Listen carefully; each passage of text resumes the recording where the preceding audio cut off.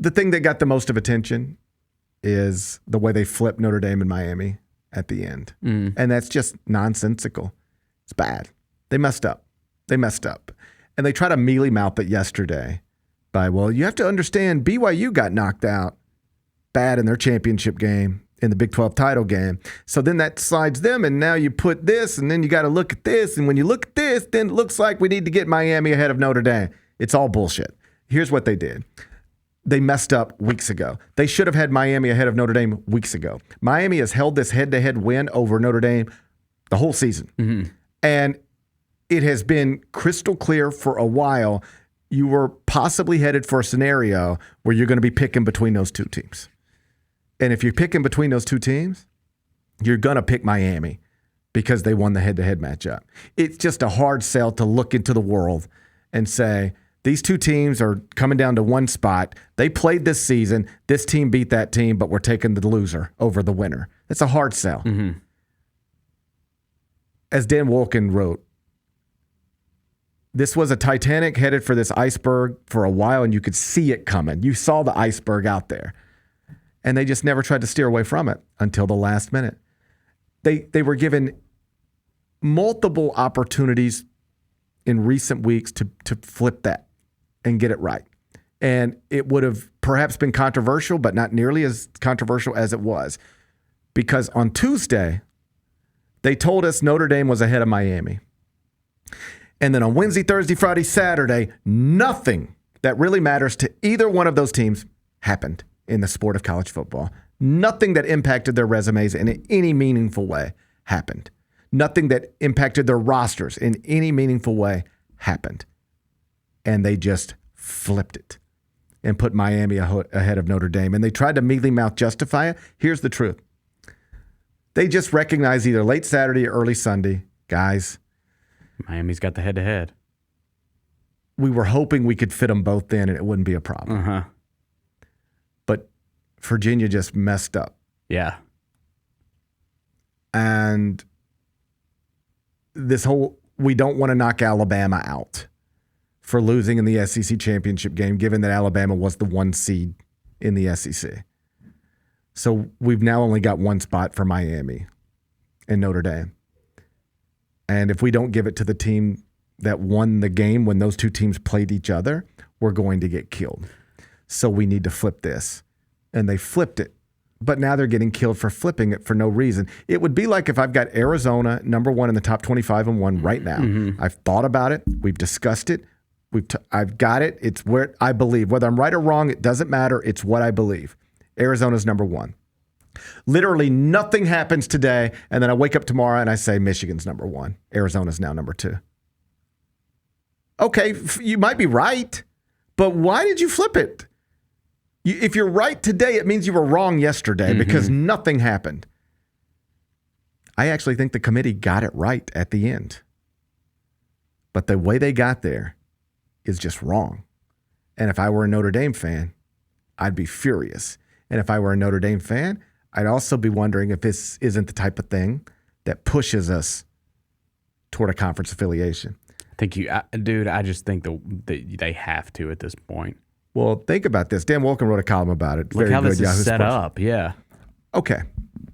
At the end of this whole thing, what we know is that you're picking between Notre Dame and Miami. That's what we know at the end of the whole thing. Dan's point is this. Once you're not taking the ACC champion, you already got the ACC upset with you. Then if you don't take an ACC at large, you have an entire league mad. You don't take Notre Dame. Who do you have mad? One school. You don't take Miami, you got a whole conference mad at you. You don't take Notre Dame, it's just one school that's mad at you. That's a good point. They don't have a whole conference fighting for them. They take great pride in their independence. Well, that's fine up until you need somebody to fight with you. They didn't have nobody to fight with them. And I don't know that that's I think the determining factor is Miami and Notre Dame played. Miami beat them. Sure. But if you've got a whole conference fighting for you and they try to pull this shit At the very end? Hold up. On Tuesday, you told me we were ahead of them. Ain't nothing happened between now and then. And you're telling me now we're behind them. No. You got a whole conference fighting for you? That's a different fight. On Saturday night, Sunday morning, Miami had a whole conference fighting for them. Notre Dame didn't have nobody. Yeah. Their independence is a strength up until it's a weakness. Again, I think the determining factor was, hey guys, we've had it. This is what they did. We've had it wrong. We've just had it wrong, and we need to fix it now. So let's put Miami ahead of Notre Dame. That's what happened.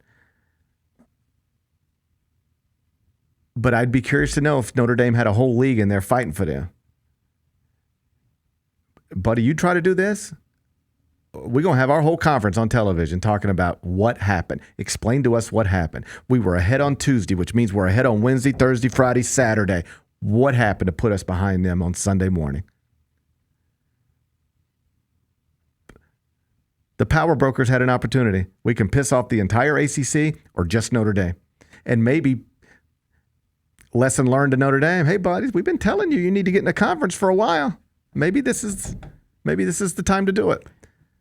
The whole concept is ridiculous, but I do think that probably played a role. But you know what's really going to happen to fix all of this, right? They're just going to punish the group of five. They're not going to let this happen again, unless the tournament expands to more teams. How about that?